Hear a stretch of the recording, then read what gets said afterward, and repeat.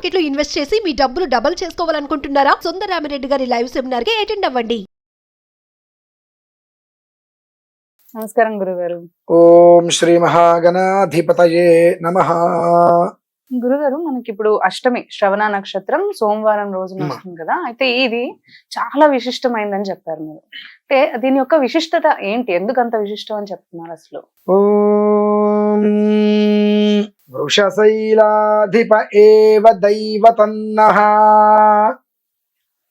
వృషభాద్రీశ్వర ఏవ దైవతన్నః ఫణిశైలాధిప ఏవ దైవతన్నః భగవాన్ వెంకట ఏవ దైవతన్నః. ఓం నమో వెంకటేశాయ.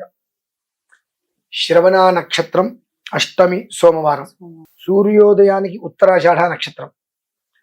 ఈ చెప్పేటువంటి విషయాలు అత్యంత ధర్మప్రదమైనటువంటివి, యోగ కారకానికి మూలం కాబట్టి అందరూ కూడా తప్పకుండా విని ఆచరించి ఆ ధర్మ ఫలితాన్ని పొందాలని చెప్పి మనస్ఫూర్తిగా కోరుతూ ఆశీర్వదిస్తున్నాను. ఇది శ్రవణ నక్షత్రం. శ్రవణ నక్షత్రము అనగానే అది వెంకటేశ్వర స్వామి నక్షత్రం అమ్మా. రెండు, మా ఇళ్లలో కొన్ని యజ్ఞయాగాదులు చేసేటప్పుడు అన్ని దానికి ఒక రకమైన శ్రవణ నక్షత్రేష్టి అని ఉంటుంది. దానికి ప్రత్యేకమైనటువంటి స్థానం ఉంటుంది. శ్రవణము అంటే చాలా విశేషమైనటువంటిది, ఆ నక్షత్రం గొప్పతనం అది. అయితే ఆ నక్షత్రానికి అనుసంధానంగా సోమవారం రావటం. సోమవారం ఎవరికి ప్రీతి? మనందరం శివుడు అంటాం. సోమవారం చంద్రుడికి ప్రీతి. సోమవారం అభిషేకం చేయడంలో చంద్రుడికి మనం చేసే అభిషేకం, ఈశ్వరుడు నెత్తి మీద ఉంటాడు కాబట్టి. అలాగే శ్రవణ నక్షత్రానికి కూడా చంద్ర మహర్దశలో పుడతారు. రోహిణి హస్త శ్రవణం చంద్ర మహర్దశలో జన్మిస్తారు కాబట్టి చంద్రగమనాలు రెండు అక్కడ. మనకు కొన్ని విషయాలు చంద్ర బలం ఎంత ఉంటే అంత చాలా బాగుంటుంది, కొన్ని ముహూర్తాలకు అంటూ ఉంటాం. అలాగే అష్టమి అనేటువంటిది చంద్రుడికి చాలా మూలకారకం.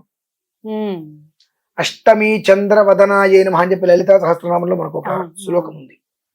అమావాస్య ముందు కావచ్చు, పౌర్ణమికి ముందు కావచ్చు, చంద్రుడిని మీరు చూస్తే ఎప్పుడు చూస్తున్నా ఆ అష్టమి రోజు నాడు ఒకే రీతిలో ఉంటాడు. ఆయన పెరగడు తరగడు.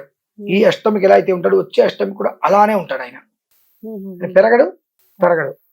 ఎప్పుడు కూడా ఆ ఒక్క జీవితం అంతయు కూడా నదీ ప్రవాహం వల్ల అలా ప్రశాంతంగా కదిలిపోతూ ఉండాలి అనేటువంటి రీతిలో వచ్చేటువంటి యోగాలు. అందులోనూ 21వ తారీఖు మీద వచ్చేది. ఆ 21వ తారీఖు ఉదయం సూర్యోదయానికి వచ్చేటప్పటికి ఉత్తరాషాఢ నక్షత్రం. సూర్యోదయానికి ఉత్తరాషాఢ నక్షత్రం. సూర్య చంద్రులు అంటే మనం రెండు కళ్ళులాగా మన పెద్దవాళ్ళు అంటూ ఉంటారు. సూర్య చంద్రులు అంటే మన ప్రపంచ మొత్తానికి కూడా రెండు కళ్ళు అని చెప్పి అలా కలిసి రావటం అనేటువంటిది విశిష్టమైన యోగం అంటారు దాన్ని.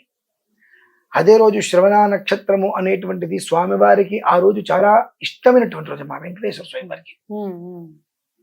దాన్ని మనం ఎలా ఉపయోగించుకోవాలి అంటే అనేక రకాలుగా ఉపయోగించుకోవచ్చు. చెబుతా, అది ఎవరికి వారి ఇంట్లో కూడా చేసుకోవచ్చమ్మా, లేదంటే మాతోటి పాటు కొండ మీదకి వచ్చినా నిర్వర్తించుకోవచ్చు. చక్కగా శ్రవణ నక్షత్రం రోజు నాడు ఉదయం అంటే 21వ తారీఖు ఉదయం సోమవారం ఎవరింట్లో అయినా సరే వెంకటేశ్వర స్వామి వారి విగ్రహం లేదా ఒక ఫోటో కనుక ఉన్నట్లయితే ఆ ఫోటోని చక్కగా మన ముందు పెట్టుకొని దీపారాధన చేసుకొని తులసి దళాలతో అర్చన, అనంతరం బంగారపు పుష్పాలు మరి అందరి దగ్గర బంగారపు పుష్పాలు ఉండవు కదండి. సువర్ణ గన్నేరు అనే పూలు ఉంటాయమ్మా, సువర్ణ గన్నేరు అని. ఆ పుష్పాలతో అర్చన చేసుకోవడం. తర్వాత కొంచెం కష్టమైన అనుభవించి ఒక 7 నాణ్యాలు తెప్పించుకోవాలమ్మా. అంటే వెంకటేశ్వర స్వామికి సంబంధించి తిరుమల కింద నుంచి పైకి వెళ్ళడానికి మనకు 7 కొండలు ఉంటాయమ్మా. ఆ 7 కొండలు దాటి మనం స్వామివారి దగ్గరికి వెళ్తాం. ఆ 7 కొండలకి 7 నామాలు, 7 పేర్లు ఉంటాయి. అందరికీ అవి తెలిసినవే, ప్రత్యేక మనం చెప్పవలసిన అవసరం అయితే లేదు. ప్రతి ఒక్కరికి ఆ 7 పేర్లు తెలిసినవే. ఆ అంజనాద్రి అని, వృషభాద్రి అని, నారాయణాద్రి, గరుడాద్రి, వెంకటాద్రి, శేషాద్రి అని మనం ఏవైతే చెప్పుకుంటూ వస్తామో 7 రకాల పేర్లు. వెండి కాయిన్స్, వెండి రూపులు, ఆ రూపు మీద వెంకటేశ్వర స్వామి వారి అచ్చు వేయించి కింద గరుడాద్రి, వెంకటాద్రి, నారాయణాద్రి, వృషభాద్రి, నీలాద్రి, అంజనాద్రి అనుకుంటూ పేర్లు 7 పేర్లు కింద రాసుకొని ఆ 7 కాయిన్స్ తో స్వామివారికి అర్చన చేసుకోవాలమ్మా. అర్చన చేసుకొని ఆ తర్వాత మనం చేసుకున్నటువంటి ద్రౌపది నైవేద్యాలు అవి పెట్టుకోవటం. అంటే ఇప్పుడు డౌట్ వస్తుంది కదా, అంటే ఇంతే వెయిట్ లో చేయించుకోవాలా లేకపోతే మన ఓపిక. ఎవరు తగ్గ ఓపిక తగ్గ వాళ్ళు చేయించుకోవచ్చు. ఇది చేసుకోవడం అనేటువంటిది చాలా విశేషమైనటువంటి యోగం. ఒకవేళ తిరుపతి వచ్చి ఎవరైనా చేయించుకునే వారు ఉన్నట్లయితే, మేము తిరుపతి నడక మార్గం నందు అదే రోజు నాడు ఉదయం 10:30-11 గంటలకి ప్రారంభం చేస్తాం. మీరు స్వయంగా చేస్తున్నారు. పంచలోహాల వెంకటేశ్వర స్వామి విగ్రహాన్ని తీసుకొని ఆ స్వామివారికి అక్కడ ఆరాధన చేసి తులసి పుష్పాలతో అర్చన చేసి ప్రత్యేకంగా 108 బంగారు పూలతో అర్చన చేస్తాం స్వామివారిని. అంటే బంగారంతో ఎందుకు చెయ్యాలండి? స్వర్ణం పవిత్రమమలం స్వర్ణం పాప ప్రణాశనం స్వర్ణం హి శంకరం యస్మాత్ అత శాంతిం ప్రయచ్చమే అని. బంగారం ముట్టుకుంటే చాలు దోషాలు పోతూ ఉంటాయి. అందుకనే చిన్నప్పటి నుంచే పసితనం నుంచే ముక్కు కుట్టించడాలు చెవులు కుట్టించడాలు చేస్తూ ఉంటారు.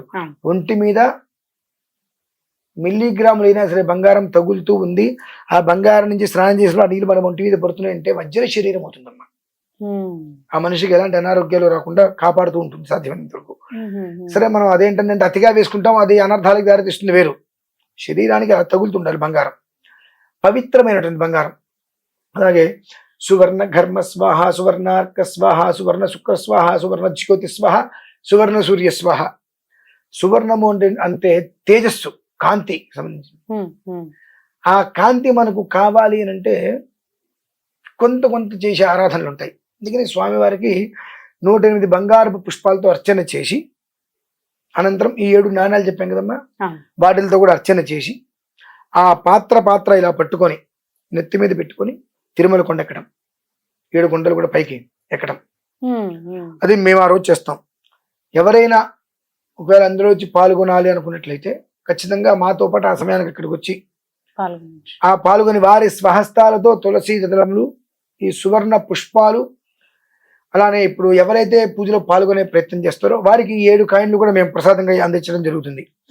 ఆ 7 నాణాలని అక్కడ వారి చేతులతో వాళ్ళు స్వామివారికి అర్చన చేసుకొని ఆ పాత్రని వారి శిరస్సు మీద పెట్టుకొని ఎంతవరకు ఎక్కగలిగితే అంతవరకు ఆ స్వామివారిని భారం అనుకోకుండా భాగ్యం అనుకుంటూ పైకి వెళ్ళటం అనేటువంటిది ఒక యోగం. అది ఎవరైనా పాల్గొనొచ్చు, ఎవరైనా అమ్మ, ఏ రకమైనటువంటి విధానాల్లో ఉన్నవారు ఎవరైనప్పటికీ కూడా ఆ స్వామివారి అనుగ్రహం కావాలి. ఆ రోజు స్వామివారికి చాలా ప్రీతికరమైనది కాబట్టి ఆ స్వామివారి యొక్క కృప పరిపూర్ణంగా కావాలని ఆయన నమ్మిన ప్రతి ఒక్కరూ చక్కగా వచ్చి పైకి వెళ్ళిన తర్వాత ధ్వజస్తంభం ఉంటుంది, జీవధ్వజం. ఆ జీవధ్వజం దగ్గర ఆ జ్యోతి స్థాపన చేసుకోవాలి. చేసుకున్న తర్వాత వరాహ స్వామివారి దర్శనము, కోనేట్లో ప్రక్షాళన చేసుకోవడం, సంధ్యా సమయం అనంతరం పైన వచ్చేటువంటి చంద్ర దర్శనం చూసుకోవాలమ్మా. చంద్రుని దర్శనం చేసుకోవాలి. చేసుకుంటే అది అప్పటికి మనకు పూర్తవుతుంది. ఆ తర్వాత మీరు దర్శనం ఆ రోజు చేసుకోవచ్చు, వాళ్ళు మర్నాడు చేసుకోవచ్చు. అది అక్కడికి వచ్చిన వాళ్ళ ఇష్టం దర్శనం విషయం. అనంతరం అందరికి కూడా ఆ ఒక 7 కాయిన్లు కూడా ప్రసాదంగా అందించడం జరుగుతుందమ్మా. అంటే అక్కడికి చాలా మంది వస్తూ ఉంటారు కదా, అంటే వచ్చిన మన ఇప్పుడు పూజలో పాల్గొనాలనుకునే ప్రతి ఒక్కరికి ఛాన్స్ ఉంటుందా మరి పూజ చేయించుకోవడానికి అంటారా? మనం ఎంతమందికైనా ఉంటుందని మనం చెప్పడం వేరమ్మా. ఆ భాగ్యం అందరికీ కలగదు. ఆ భాగ్యం కలగాలి అన్నా ఎంతో అదృష్టం ఉండాలి.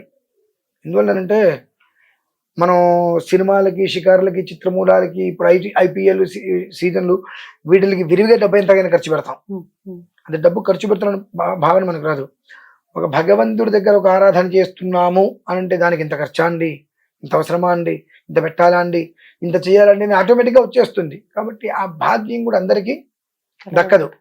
ఎంతమందికి ఆ స్వామివారి యొక్క అనుగ్రహం లభ్యమవుతుందో వాళ్ళ హృదయం ఆ స్వామివారి మీద ఉన్నటువంటి మనస్సు, భక్తి వాళ్ళకి ఎవరికైతే ఉంటుందో ఆ స్థాయిలో వారికి మాత్రమే అందులో పాల్గొనే భాగ్యం ఆయన ఇస్తాడమ్మా, అందరికి ఎవరు. అది విషయం. ఇలా ప్రత్యేకమైన పూజలు మీరు అంటున్నారు, ఇది 21వ తేదీన మీరు చేస్తున్నారని. ఇలా కాకుండా ఇంకెవరన్నా సమస్యలు ఉన్న వాళ్ళు మిమ్మల్ని కాంటాక్ట్ చేయాలి, మిమ్మల్ని కలవాలి, ఏమన్నా మాట్లాడాలి అనుకుంటే ఎలా మరి? దీనికి ఎట్లా ఒక నెంబర్ వస్తుంది కదమ్మా, నంబర్ కాంటాక్ట్ అయితే అపాయింట్మెంట్ తీసుకోగలిగితే మనం ఏదైనా వాళ్ళకి ఏంటి అనే విషయం మాట్లాడటానికి వీలుంటుంది.